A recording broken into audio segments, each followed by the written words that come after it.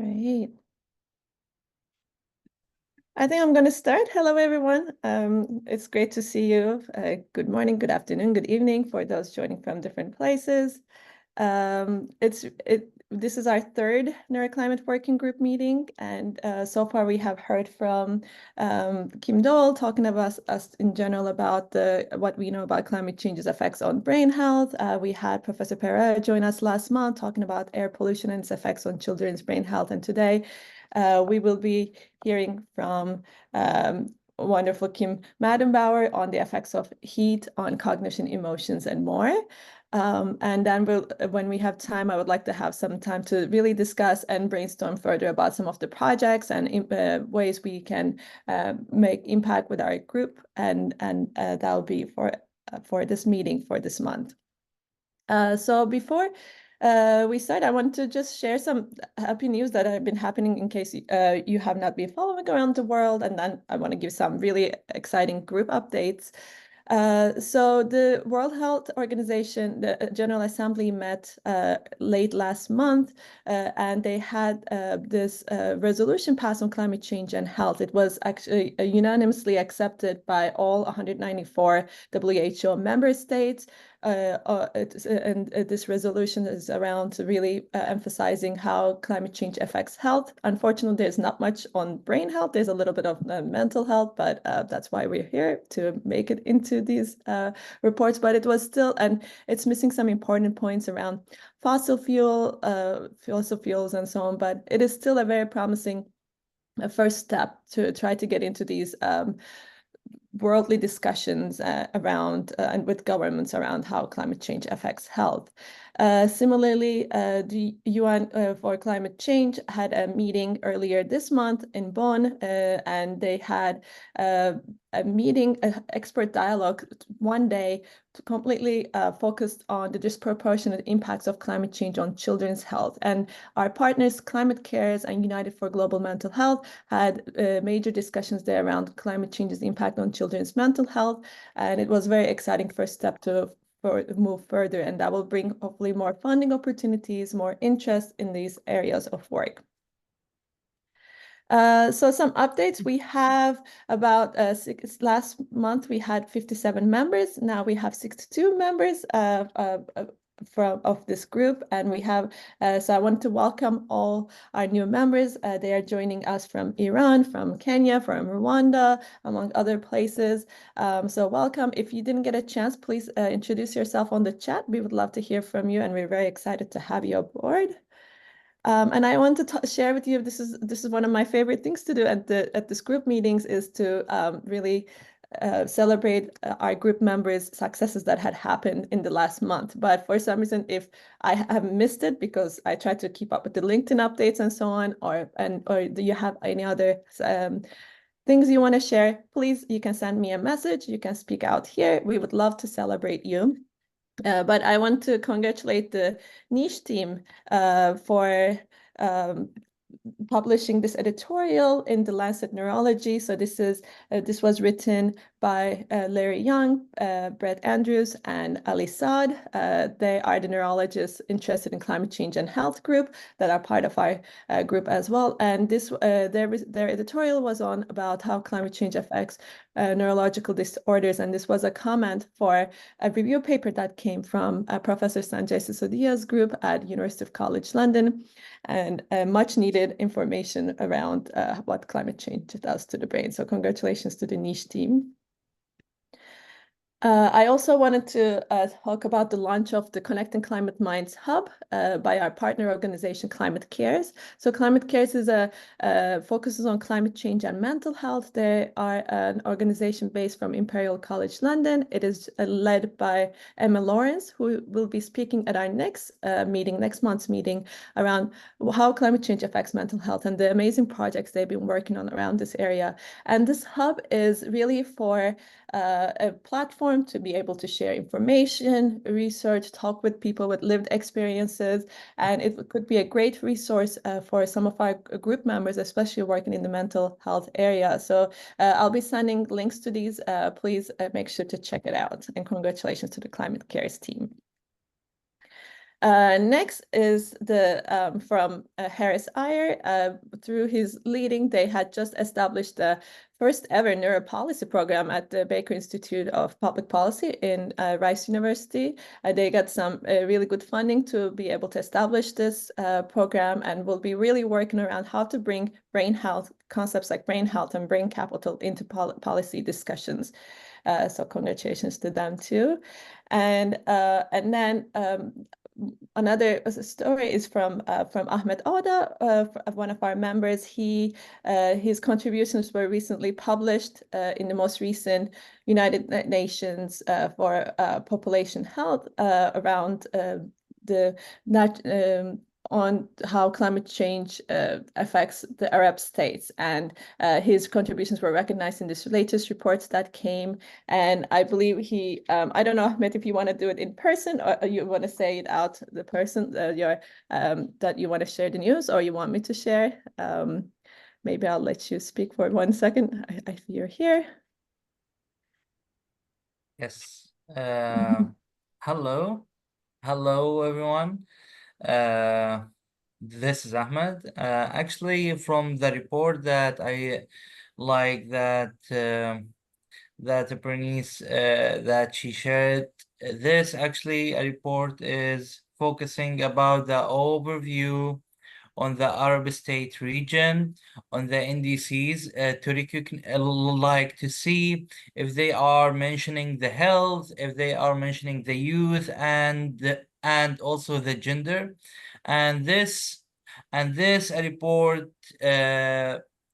It's only focused for the Arab state, but also we having a reports that is focusing onto the global level and in each region. Yeah. And the next great news that I officially got selected to be a part of the Italian mission and the UN Secretariat for the COP29 in Baku. So yeah, I will be there, Yeah. and I'm just waiting until the minister signing on that to be a part of the mission. Thank you. Well, congratulations, Ahmed. So if any of you are planning to go to COP, please make sure to meet up with Ahmed. That sounds very exciting opportunity. Congratulations. I also wanted to talk about a couple opportunities for our group. I had shared some emails, but there's a new center in environmental neuroscience is being built by our member Simone Kuhn at the Max Planck Institute in Berlin. And also Kim Dole is now building a climate change behavior group at the University of Constance. And they have 2 new postdoc positions. So if you're interested, please contact them, or if you know anybody who may be. There's also, I want to bring out, if you're looking for publishing a research article or a case study or editorial around the topic of climate change and neurological health, there is a special issue open now in the British Medical Journal Neurology Open. One of the guest editors, Professor Sanjay Sisodia, is a supporter of our group, and he said that he would welcome any piece that is coming. So if you're thinking about if you're interested in publishing there, please let me know and I will connect you with the editors. It sounds like a great opportunity for our group. And also there's a new research opportunity around focusing on climate change and women's health in focus. Thank you, Ahmed, for bringing it to my attention. But this could be also a great funding opportunity if you want to do research specifically around women's health in focus. And I'll be sending out the links to all these opportunities through our mail group at the end of this meeting. And also excitedly, our webpage is live now. This is hosted under the Columbia University, whom we partner with their global consortium on climate and health education. It's a very simple page, but we're planning to fill it out with a lot of useful information. Here's the very long link to it. I will share it out too. But basically, it's a place where we can link to when we want to talk about this work around who we are, what's our mission, what's our vision, what's our rationale. We'll be adding our partners, our projects in it too. We also want to add you into it because we're really proud of our members. We think it's a great resource for others to learn and share about, especially if they are in a certain geographical location with you and interested in this topic, or a focus area that also you work on would be a great resource. So I sent out a survey link. I'll send it out again at the end of the meeting, but please consider to be featured here. It will be just simply your name and affiliation and the area you work on, so that others can connect you if they're interested. And we would love to showcase your contributions to this group. Yes, and so these are some of the news. Are there any others that anybody wants to add?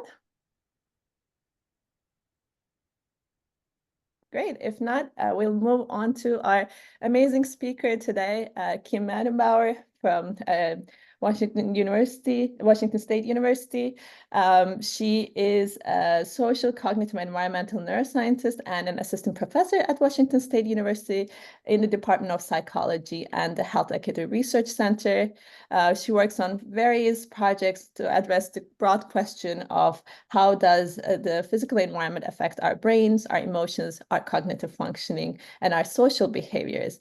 And she allows learning and developing new methods that she can use to study these questions. And she's also a huge proponent of open science practices, which is music to my ears. And she has been getting a lot of heat herself lately on, not heat, sorry, that's the wrong word. But she's getting a lot of recognition for the amazing work she's doing around the effects of heat on cognition and emotions. And she has been featured in New York Times and CNN, and recently, I think, Scientific American. So congratulations, Kim. And thank you for speaking out about this important issue, which is very relevant now that most of the places around the world are going through serious heat waves. And we look forward to listening to your talk. And I'll stop sharing so you can share your slides. Thank you. Yes, let me see if I can share my slides with ease or not.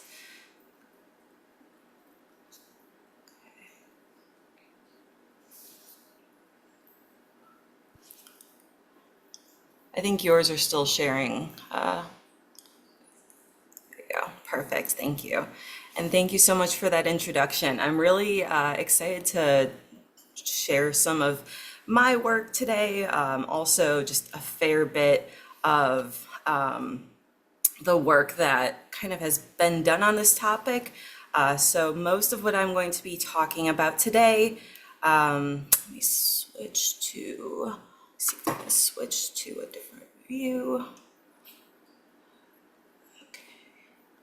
You can still see my main slides, correct? Yes. Okay, excellent. Cool. Okay. So today I'm going to be talking kind of high level about some of the effects of heat on cognition, emotion, and more. I won't be going super in detail. This is a bit more of an overview where I will be getting into just generally a little bit of an overview on the basic physiological responses that we have to heat exposure, as well as effects of heat on cognitive impairment, emotional states, and then a little bit on the heat-aggression relationship. So generally speaking, when there is a large change in ambient temperature, our hypothalamus, which is this deep brain structure in blue here, it kicks into gear. It responds with this adaptation response that we call thermoregulation. Thermoregulation in the heat mostly means sweating. It also means peripheral vasodilation. So the little capillaries and veins on the periphery start to expand, let off more heat. Heat moves from the core out to the periphery. And that's kind of the primary way that our bodies deal with heat. And thermoregulation is normally pretty effective. It generally keeps our core body temperature and our brain temperature in a relatively narrow and safe range. But it can only do this up to a certain point. And after a while, if it kind of can't cope, we see actually changes in body. So first, we see an increase in skin temperature. And this distinction is going to be important when I come to talk about the psychological effects. So skin temperature is uncomfortable. It's not typically particularly dangerous. It's just, your skin temperature will change by a few degrees Celsius before your core temperature will. And core temperature is what we're usually thinking about when we're talking about heat or temperature in the body. This is what you would take with a temperature, or sorry, with a thermometer. And what you see is that the changes in core temperature are what are really posing a physical health threat. So this leads to hyperthermia, right? A fever, and kind of any of the serious physical health effects we're thinking about, like heat exhaustion or heat stroke, are primarily arising from this change in core temperature. And so that brings me to heat-related cognitive impairment. So one thing that's kind of shown from the literature over and over again is that temperature seems to have the largest impact when we're talking on complex cognitive tasks. So many of you will probably know the distinction between simple and complex, but in case there's folks here that don't, you can think of a complex cognitive task as being something that places heavy demands on our working memory, our sustained attention, executive functioning.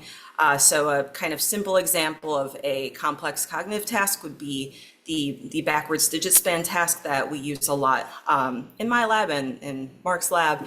And so this would be, for example, me saying to you, 7, 8, 5, 4, and you need to repeat it back to me in reverse order. So then you would say 4, 5, 8, 7. And you can imagine how when you're doing this, you're holding this information in mind, you're doing something with it, right? You're working on it, and then you're repeating it back to me.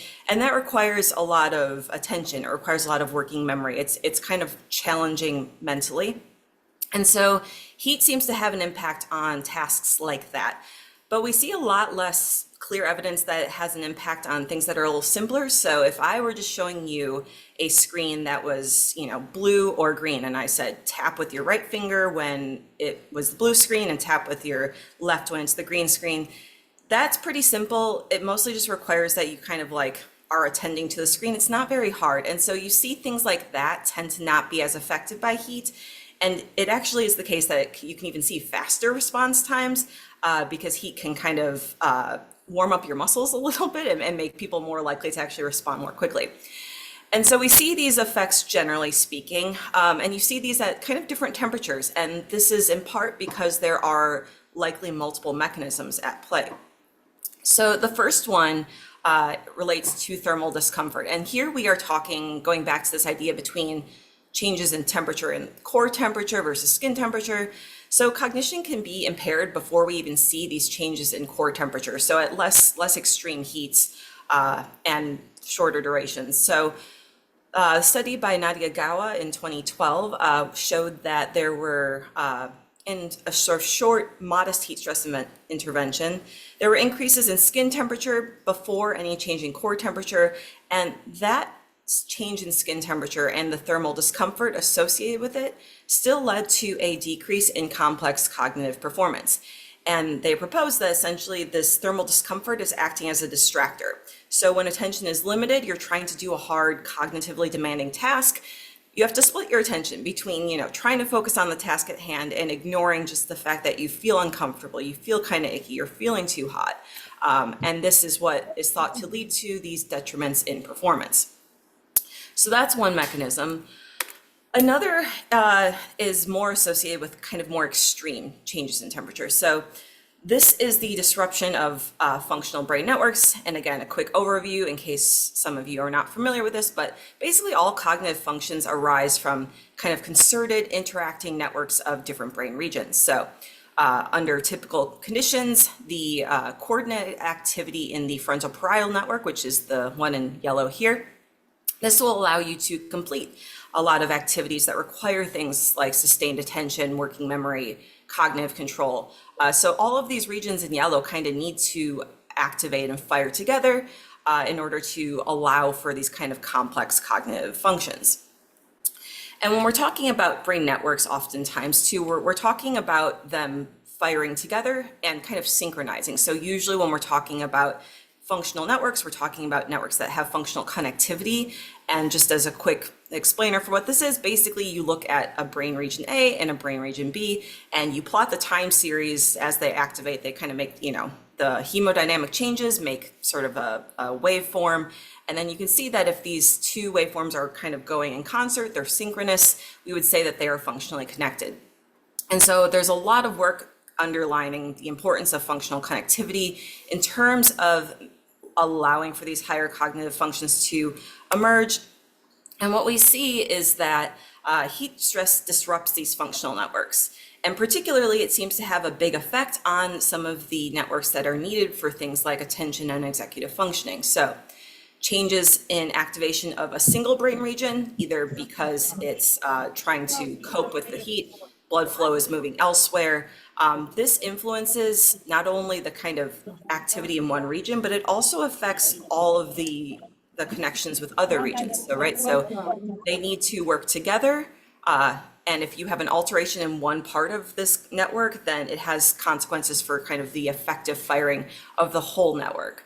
So hyperthermia seems to decrease connectivity in a wide range of brain networks, and it is thought that this is another key mechanism which might lead to impaired performance. And then more generally, you can think about there being other mechanisms. Some of these are a little bit less studied, so I'll just go over them briefly. But more generally, you see that thermoregulation is costly metabolically. So it drains the body and brain of energy because a lot of the body's energy is going to cooling itself down. Additionally, heat affects levels of different neurotransmitters that are required for healthy cognition. So things like serotonin and dopamine in particular. And then lastly, and this is sort of a tentative thing, it's not necessarily clear that this hasn't actually been linked to cognition to my understanding, but I think it's interesting, which is that in heat and hotter ambient temperatures, you actually see some biomarkers of inflammation and oxidative stress. And so like low-lying neuroinflammation can also have cognitive impairment or lead to cognitive impairment. So it's another plausible mechanism, though I don't know if it's necessarily been studied explicitly. Okay, so moving on to the effects on emotional states. So heat exposure is associated with a variety of different negative emotions. So things like fatigue, distress, hostility, anxiety, lethargy, irritability, and our understanding of this comes from kind of two general approaches. So one of which is looking at kind of like large scale, almost like population level effects. So this study done by Noki in 2016, they used Gallup survey data across 5 years where, they kind of called people up on the phone and they were like, tell me how you're doing. They asked them about their emotional states, amongst a lot of other questions. And they had data from about 5 years, about 1.9 million people. And they also had zip code and their date to estimate temperature in their location at that time. And what they basically found was that kind of as the temperature got higher, you had overall decreases in aggregate well-being, increases in fatigue, increases in negative emotions. And even though there's a little bit of a dip in the kind of colder temperatures for positive emotions, you also see positive emotions decline in in higher temperatures. And then another approach that's been taken is kind of using these sort of experimental heat stress inductions. So the study by Gao et al. That I mentioned before, they looked not at just cognition, but also at people's emotional states. And they found that as both thermal sensation, so hotter sensation, and worse thermal comfort, people showed more negative emotions, but they didn't see any effects with positive emotions. So it seemed like this thermal comfort and thermal sensation, even before it gets to the point where people are hyperthermic, right? This might have a pretty substantial impact on negative emotions. And so some work that I have been doing recently, working with Mark Berman's lab and some folks at the University of Illinois that are climate scientists, we started looking at this question of whether thermal discomfort is necessary for negative affect, because given that heat can affect us in a lot of ways, it's unclear whether or not we need to kind of notice our discomfort before it leads to these sort of negative emotional states. Or, once it's hot enough, are people just likely to report more negative affect, irrespective of their own kind of comfort ratings? And so to do this, we used an experience sampling methodology. So this is, filling out surveys on your smartphone.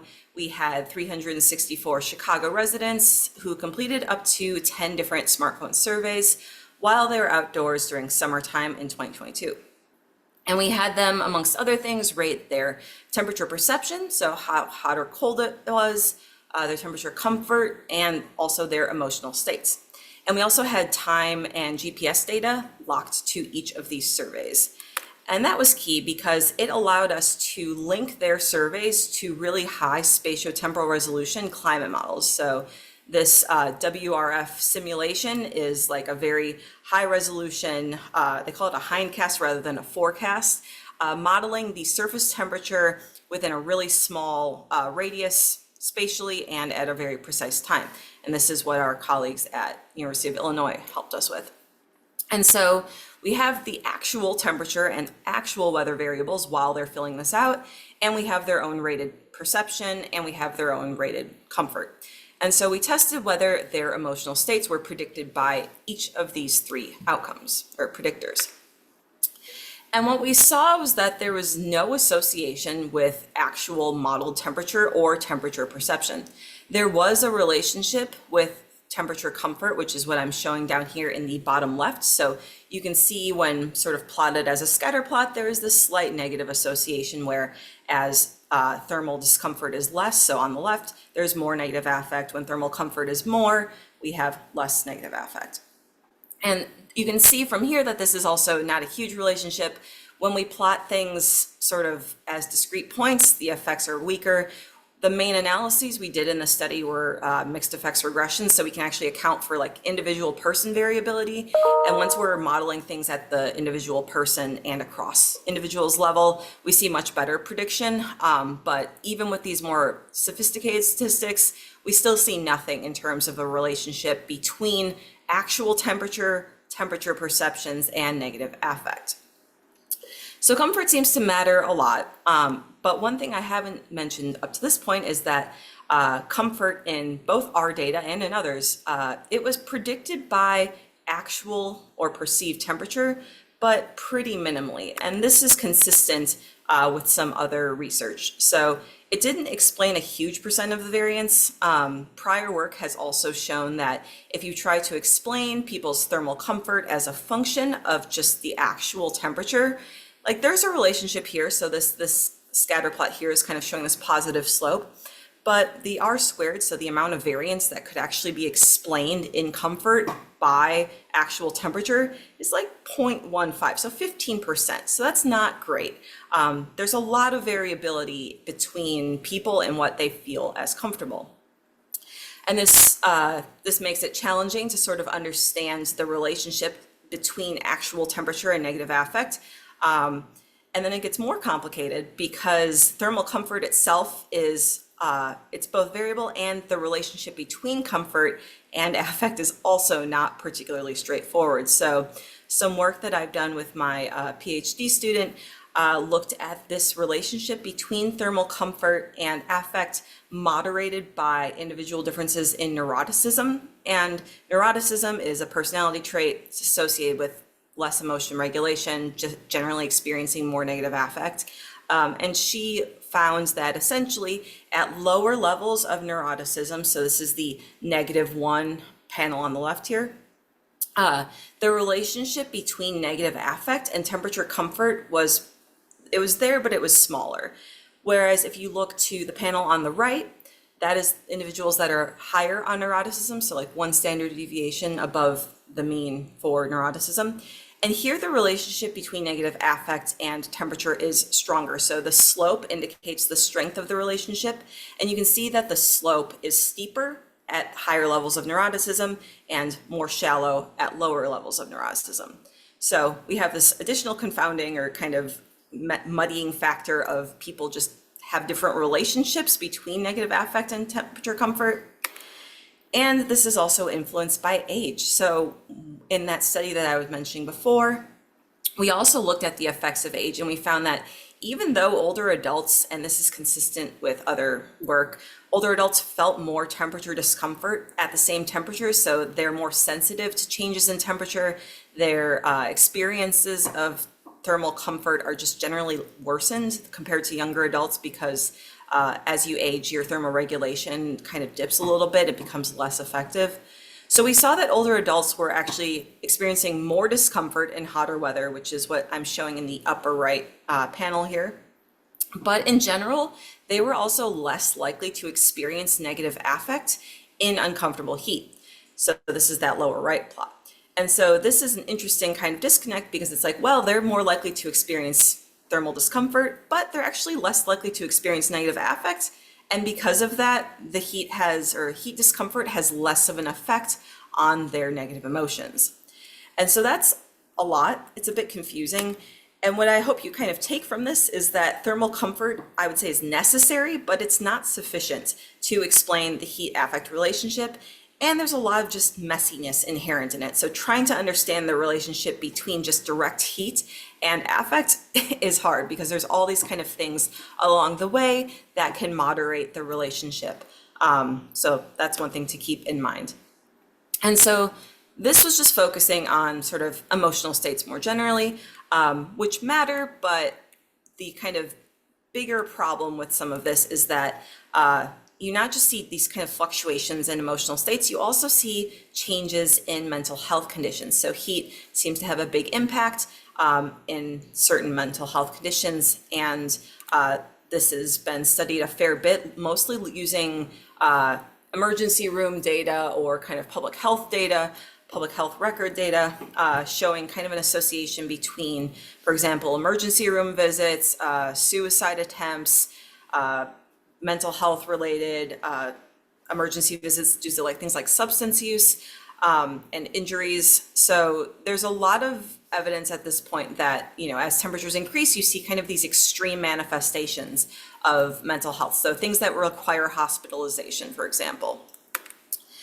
So these hospitalization records show that there are more ER visits for things like suicide attempts, substance use, and mental health crises. And this is in part probably because you see worsening of symptoms in those with existing mental health conditions, but you do also see an uptick in diagnoses of new conditions.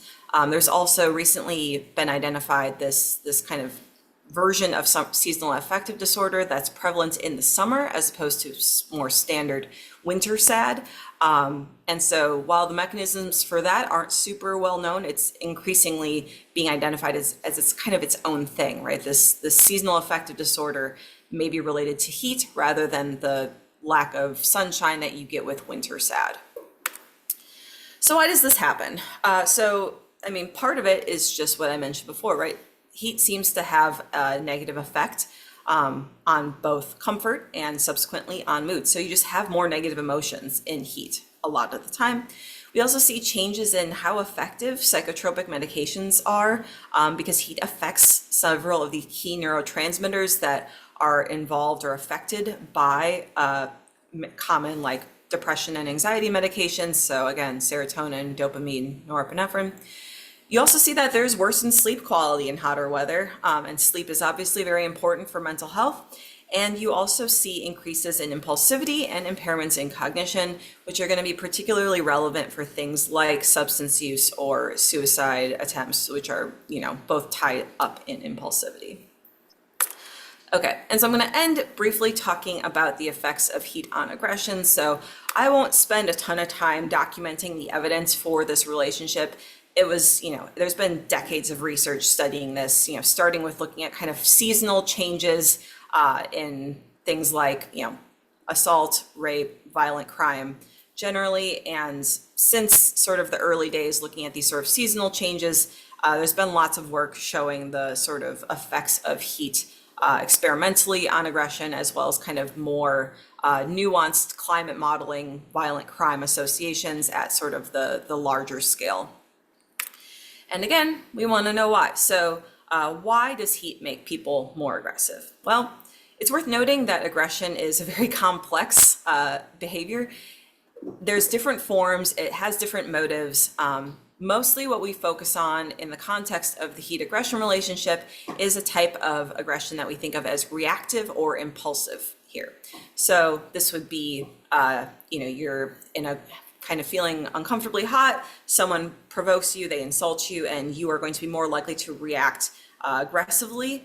And this is different from, say, planning something more premeditated, more like calculated act of aggression. And so it's thought that this is going to happen due to a couple different things. So one being increases in irritability and negative emotions. Second, and a lot of this work has been done by Craig Anderson, looking at altered perceptions of others' intentions. So it seems like people view others' actions as more hostile and aggressive when they are themselves in an uncomfortably hot condition. You also see alterations in serotonin levels with heat, and serotonin is tightly linked to impulsive aggression. And another mechanism is just impulsivity generally. So the tendency to act without thinking, make risky decisions or quick judgments. And there's a fair bit of evidence on supporting this, one of the recent studies is actually one of my own, where we looked at both self-reported temperature in people's homes. So are you exposed to heat stress in your home? As well as, are you exposed to the urban heat island effect generally based on where you live? And in Chicago, we see that these two things are actually not super related. So the kind of participant home heat stress in the middle here and the community area level urban heat island effect here, the urban heat island effect is highly impacted by things like Lake Michigan, the presence of green space, where the highways are. Whereas participant home heat stress has a lot more to do with, can you afford AC? We see a high association between home heat stress and socioeconomic status, for example.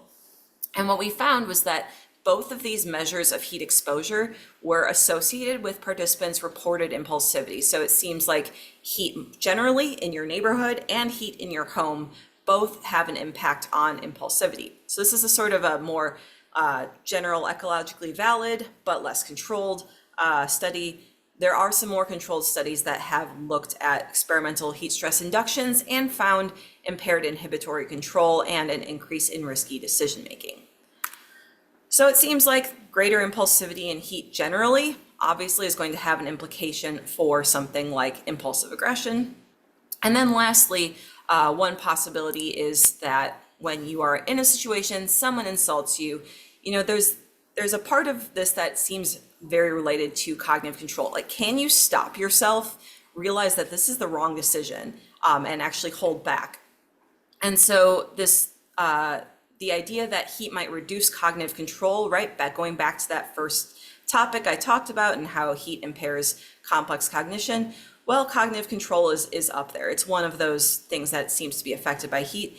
And so this is actually something that both Mark Berman and my lab are looking into, and I'm happy to talk more about that. But we are trying to test this as another potential mechanism, whether changes in cognitive control can also be one of the crucial mechanisms underlying this heat aggression relationship. And so in summary, we see that ambient temperature increases lead to metabolically costly thermoregulation, increases in skin temperature, which are uncomfortable but not dangerous, and then increases in core temperature, which are actually quite physically dangerous. Complex cognition is impaired in the heat, both due to kind of the distracting nature of discomfort and changes in just your brain networks, among a few other mechanisms.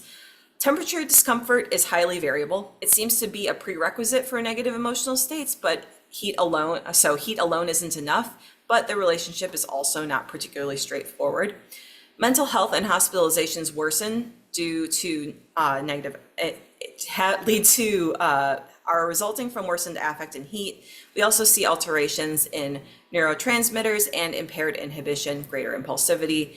And lastly, the temperature aggression link is likely affected by a combination of increases in negative emotions, particularly anger, altered social perceptions, increased impulsivity, and potentially impaired cognitive control. And that is all I have. So I will stop sharing my screen. Thank you so much, Kim. Such interesting work, and I love all these different aspects and mental and cognitive states you look at. I want to open it to any questions. I know, Ahmed, you were asking some questions, and thank you, Klaus and Mark, for answering some of those. Any other questions from the group? If not, I have some questions, because one of them is, what do we know around the long-term effects of exposure to heat? Do we see actually some structural changes? And is it necessary, because we see a lot of with these for example hospitalization records that we have looked at, they look at the point of heat wave, so we look at like like Mark had mentioned, we put the people in sauna and immediately measure there. But how about the long term? Yeah. Yeah, so I don't think people have looked too much at like repeated exposure in a lab setting. So I think that most of it has been looking at sort of these large scale outcomes. And I think there might be some work that has maybe looked through development. I haven't seen very much that has followed people longitudinally. A lot of the work does seem to be a bit of a one shot related to a heat weather or some heat wave or something like that. And because a lot of the work seems to be using these sort of aggregate data sets, it's hard to track individual changes, right? Because you're focusing on a sort of a population level outcome, so you can't necessarily follow individual people. It would be really important, I think, to actually track people over time. But obviously, longitudinal work is hard. So yeah, I don't have a great answer for that, unfortunately. Yeah, no, absolutely. Thank you. And Ahmed, you had a question? Yes. Yes, because my actually question, how we can mitigate the impact of the heat waves on our like on our emotion, on our lifestyle, because sometimes because the emotion is connected with our lifestyle as well. So how we can mitigating it during the heat waves, especially that in my region it's up to 50. So it's gonna be crazy. So I saw the people in the street, no one wants at least to say hi because everyone is under the stress, everyone is under the pressure, everyone who wants to go to the home as soon as possible. So how we can mitigate it? Yeah, I mean, I think it's a big it's a big question. I would say there's a couple pieces to this. So, in the case of something like 50 degrees Celsius, I mean, we're talking about dangerous heat, right? The solution's going to be in the short term, cool people down, right? And I mean, ideally, in the short term, this means everybody has like access to a cooling center or cooling in their home, which we know is not the case, especially in like other countries like the US and you know Canada. We tend to have like pretty good AC, but that's definitely not the case in a lot of countries. So that's one thing. The other thing is that kind of in the long run, right, giving everyone AC is not necessarily going to be good for the planet. So, you know, in the short term, it's like, okay, you want to protect people from dangerous heat, get them to a cool space, ideally using air conditioning because that's going to be the most effective. But in the long run, that's not super sustainable. And so something that, for example, I think about a lot, and I know this is something that Mark thinks about too, is like using green space infrastructure to naturally cool down places, especially in like really the places affected by the urban heat island effect are going to be showing kind of the most improvement due to green space infrastructure. So that's a bit more of a long-term solution, but it's a slow solution, and it's arguably not going to do anything if you get to like even in a 50 centigrade location, you add urban green space, it's probably still not going to be enough, right, to bring it down to a healthy level. So that's kind of like the short and long-term solutions that, neither of them is ideal to really protect people completely.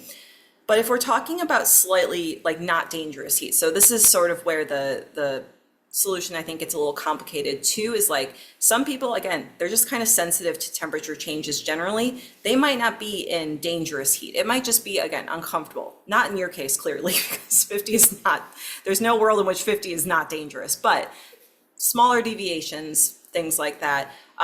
Something that my PhD student and I are kind of looking into is like, well, is there just a role of like emotion regulation for uncomfortable heat that's not posing a threat? Because we know that thermal comfort matters. We know that people that are less likely to emotion regulate are going to have the stronger negative emotional response.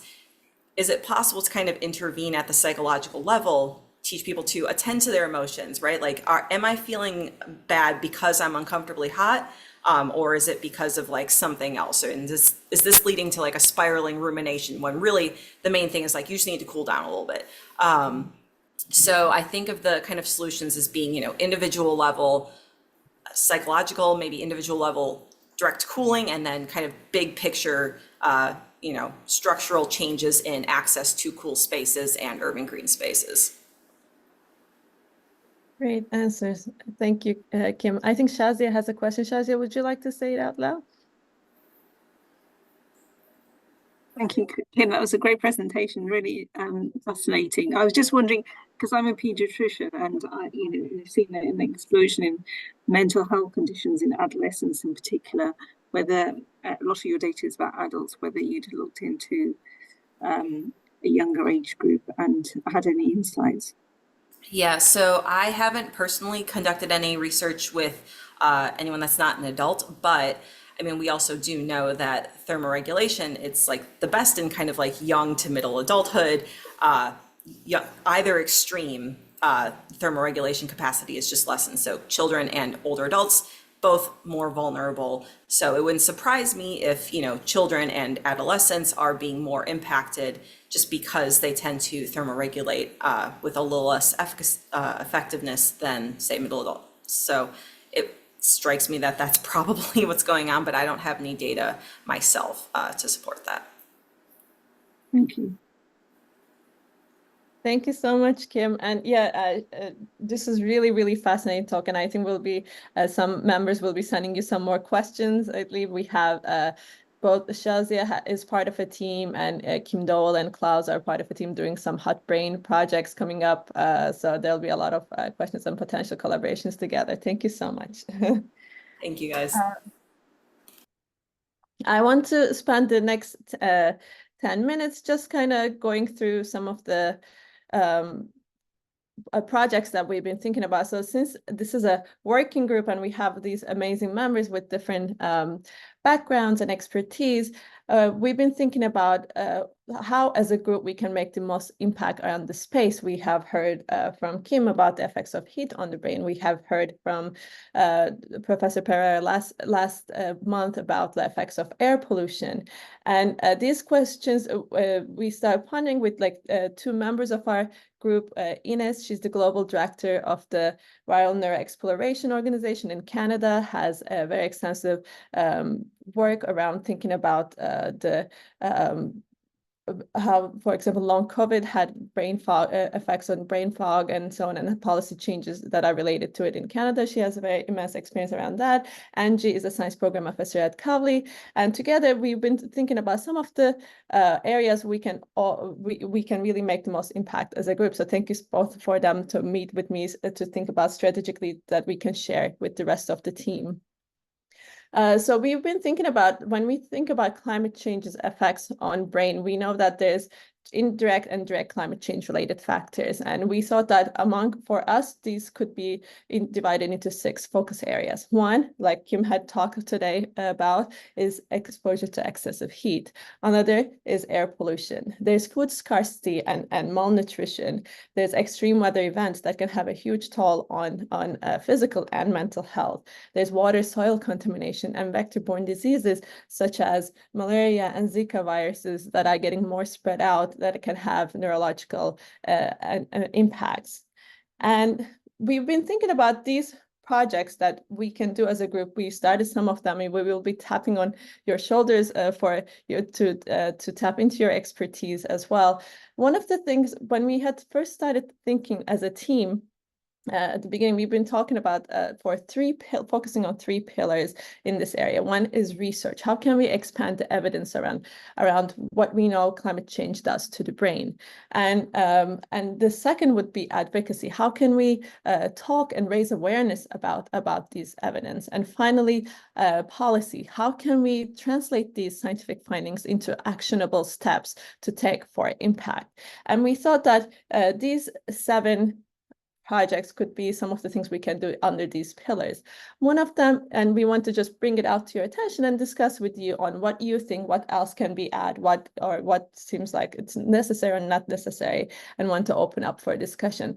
So one of them is a comprehensive state of science report, bring kind of like a review paper, bringing all the evidence under these 6 focus areas that I have mentioned earlier, to see what we know, what does the science know about climate change's effects on neurological and mental health.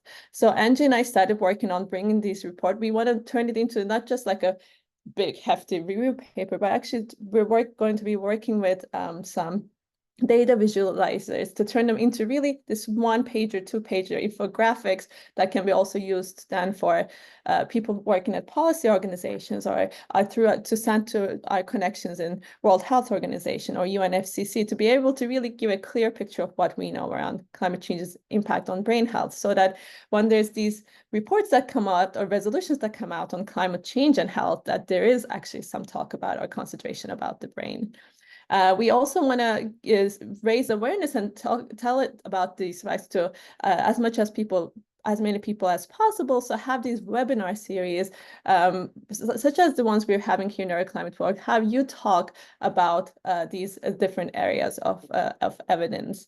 Another exciting thing we've been dreaming about and hopefully we'll realize is to have hopefully in person or a hybrid workshop. Bring us and other world experts together to be able to see what are the missing evidence out there to really complete the picture that we can then formulate into a research agenda and some policy recommendations together. We want it to be a multi-day workshop. We are actually preparing to write up application for funding so we can have people come from different places in one location. So we'll keep you definitely updated on that.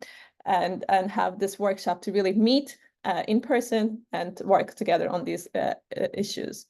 And then send out a survey using our networks together to be able to gather a research agenda of what are the questions that needs to be answered that can guide then policy organizations and funding opportunities and researchers on where to focus their attention to.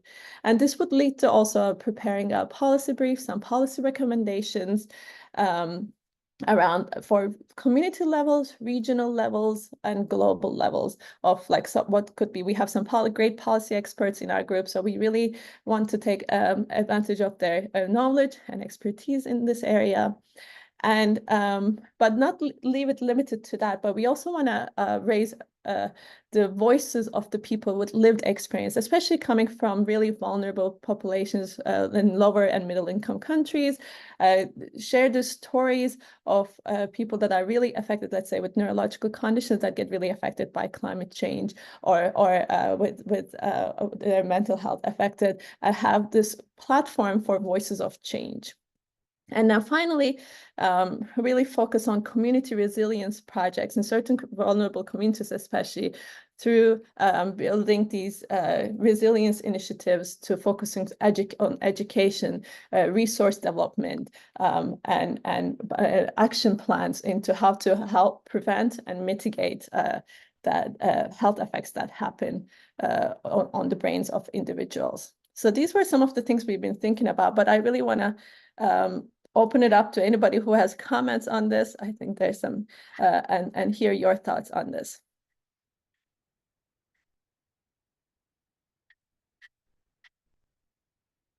Ahmed.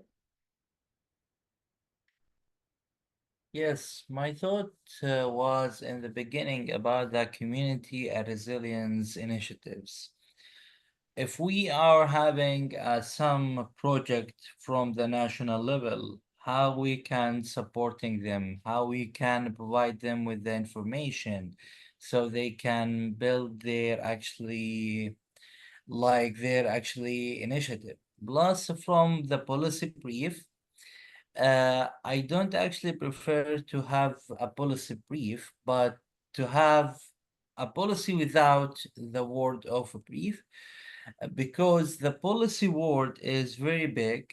And from the policy side, we can have a policy position paper before any international conference that it's going to be tackling on the climate change, such as the World Health Assembly, such as ICPD 30, such as the COP, and such as the Summit of the Future in New York, and in the next high-level political forum in the July. All these meetings, the member states, they want to hear our, let's say, our scientific perspective from the doctors community. They don't know all these insights. They don't know all the work of Dr. Kim and the Dr. Mark. So this is why we need to show them that the science is talks here, and they need to react with it. So this is why I strongly believe that if we will have a policy group, then we need to have a policy position paper as soon as possible. Great, thank you. I see Francisco approving. Thank you for that. Yeah, that's great to know, and thank you for talking about not a brief but a position paper. I have to definitely educate myself more in this area, so I don't know so much about the difference between the two, but that sounds like great. I think that will be something we definitely want to do. I think what we're thinking of is like kind of have these subcommittees working on like these different things, and we have like these this task force that we want to build around policy as well, to be able to use the experience of our members that are more involved with the policy. So that sounds like a great idea. Thank you.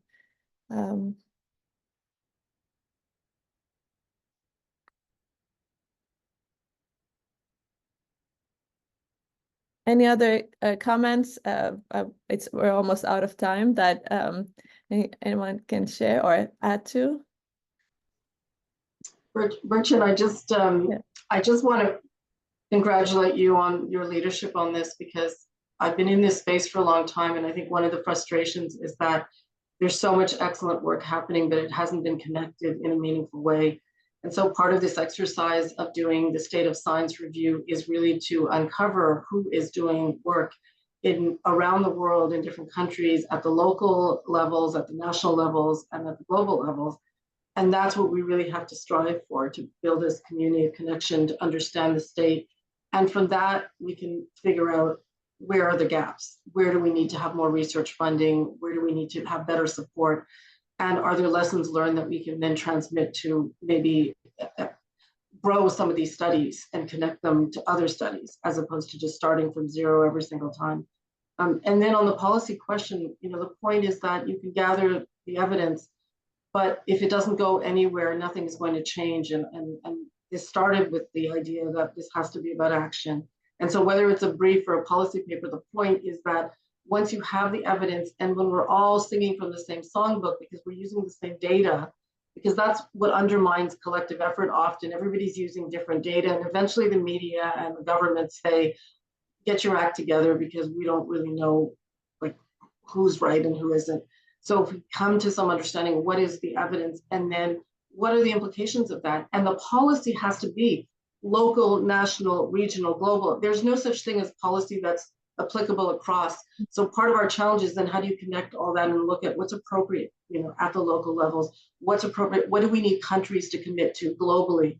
And I think if we can achieve that, that's a huge undertaking. It will be transformative, because I really do believe we're at this cusp where there's finally some understanding. And maybe it's because of SARS-CoV-2 and the idea of what viruses can do to the brain. I think there's more understanding that the brain is not this self-contained system, that it's impacted by the environment. And so we need to pay more attention to that. So I'll stop there. And thank you again, Bertrand.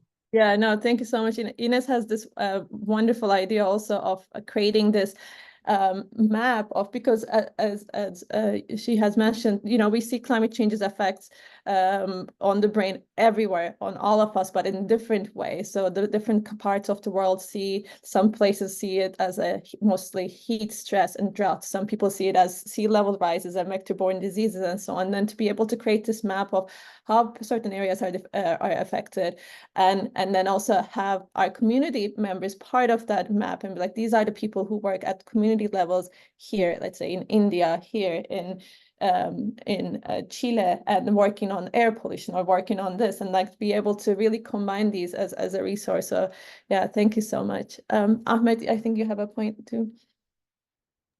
Yes, I would like to highlight a very important experience from the policy side. Sometimes that the national government, they don't want to hear and they don't want to taking actions. So this is why if the national is not working with us, then we will need to make the pressure on them from the regional level and also from the international level. All that, all these stuff, it should be coordinated in collation. And this collation is having an NGO, youth, women groups, and and also the academic group, and also the health community during the World Health Assembly, like I am in their actually groups. They are making a position that they all of them in the same page. This is how we can keep pushing on the policy side. Absolutely. Thank you so much for that. Are there any thoughts? Otherwise, I'll stop our conversation for this month, but really looking forward to continuing this, and really grateful for you, Kim, for sharing your work today. It's been really wonderful. Thank you. Wonderful. Have a wonderful day, everybody, or evening. Thank you. See you next one.